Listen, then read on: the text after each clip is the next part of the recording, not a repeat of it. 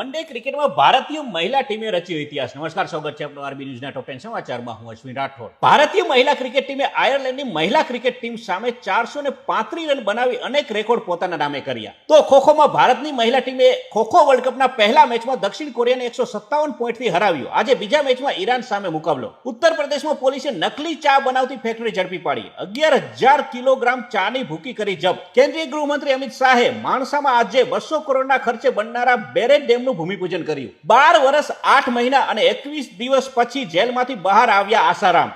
રાજસ્થાન હાઈકોર્ટમાંથી વચગાળાના જામીન મળ્યા। સોનિયા ગાંધીએ દિલ્હીમાં કોંગ્રેસના નવા મુખ્યાલય ઇન્દિરા ભવનનું ઉદ્ઘાટન કર્યું। 252 કરોડના ખર્ચે બન્યું આ 80,000 ચોરસ ફૂટનું મુખ્યાલય।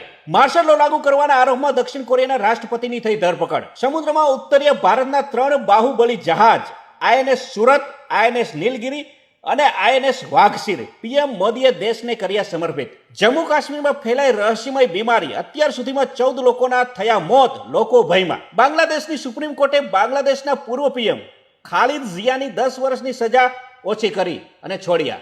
તો આ તારના ટોપ 10 ન્યૂઝ અને હું હતો આપની સાથે અશ્વિન રાઠોડ। જય હિન્દ, જય ભારત।